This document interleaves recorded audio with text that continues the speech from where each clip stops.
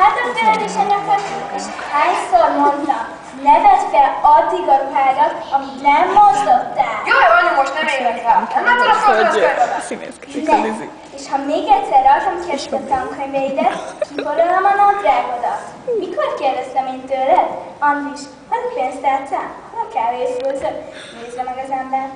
Miért nem pakoltad be este?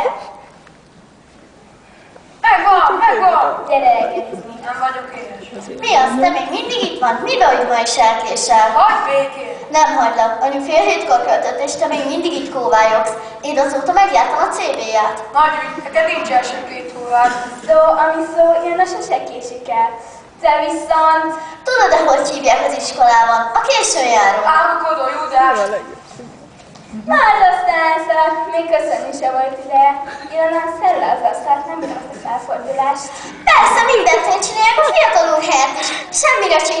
Semmire sincs ideje, mindig siet, mégis mindig elkésik. Szervusz, Jancsi, mit hozott erre?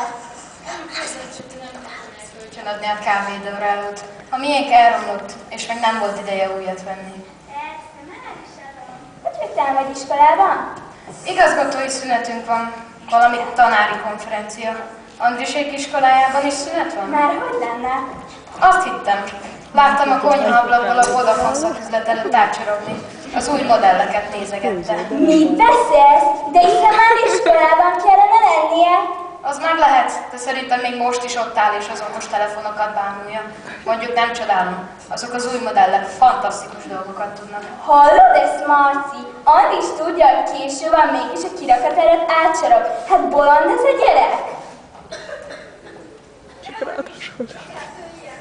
Múltkor azért késettem, mert egy kis kutyát simogatott. Valami